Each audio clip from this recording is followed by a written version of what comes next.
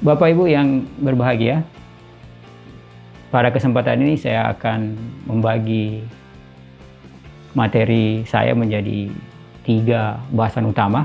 Yang pertama tentang data dan fakta penggunaan kampanye sosial media pada kontestasi pemilu yang telah terjadi di Indonesia.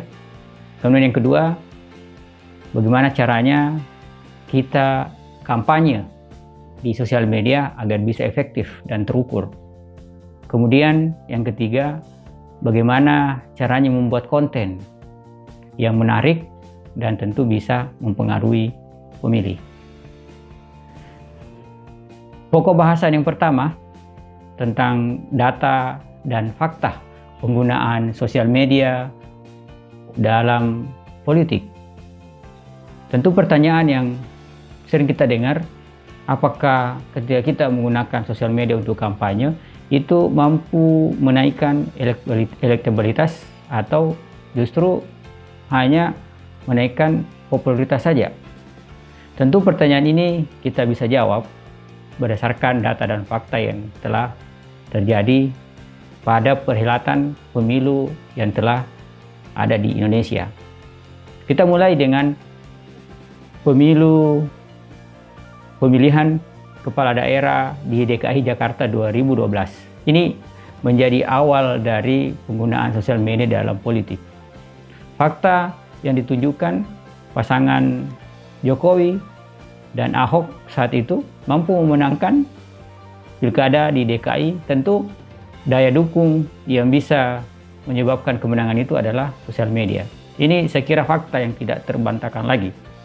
Kemudian diikuti dengan pilkada-pilkada setelahnya seperti Ridwan Kamil di Bandung dan berlanjut di Jawa Barat. Yang menarik seperti Ridwan Kamil ketika terjadi pilkada di Bandung 2013, itu hampir semua lembaga survei tidak ada yang memprediksi seorang Ridwan Kamil mampu menang satu putaran. Ternyata yang terjadi, mereka tidak dengan cermat memotret pergerakan seorang Ridwan Kamil di sosial media. Ternyata ini berdampak. Setelah terjadi pemilihan, Ridwan Kamil itu mampu menang di atas 30%. Kemudian setelah itu mencapai puncaknya ketika terjadi pemilu 2019 baru-baru ini. Jokowi kembali berhadapan dengan Prabowo. Kita lihat kembali sebagaimana maksimalnya penggunaan sosial media dalam memenangkan Jokowi untuk 2 periode. Saya kira data dan fakta ini menunjukkan sosial media telah mampu memberi pengaruh terhadap kenaikan elektabilitas. Yang menjadi pertanyaan, seberapa besar kira-kira elektabilitas itu bisa naik dengan menggunakan sosial media? Tentu ini tergantung sebagaimana maksimalnya kita menggunakan. Tapi berdasarkan fakta, kenaikan elektabilitas itu bisa berkisar antara 5 sampai 15%. Daya dukung itu, kenaikan itu bisa disumbangkan dengan memaksimalkan kampanye di sosial media.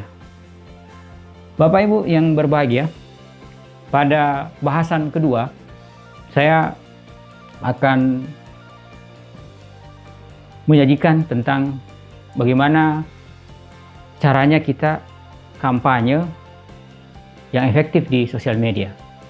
Kampanye di sosial media itu tentu tidak sama dengan kita kampanye di konvensional. Penggunaan sosial media harus betul-betul kita rencanakan dengan baik. Karena ketika kita tidak rencanakan tentu hasilnya akan berbeda. Kemudian kita harus tahu caranya. Bagaimana menggunakan Facebook yang berbeda dengan ketika kita menggunakan Instagram, ketika kita menggunakan YouTube, dan juga berbeda ketika kita menggunakan WhatsApp. Ini punya cara-cara masing-masing.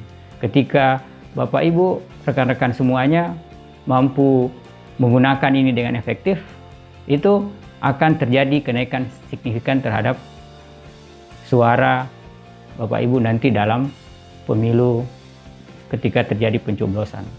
Tentu bukan hanya sampai di situ, tapi dalam materi ini juga saya akan menyajikan bagaimana caranya mengukur. Karena ketika kita hanya kampanye tanpa mengukur itu juga tidak efektif.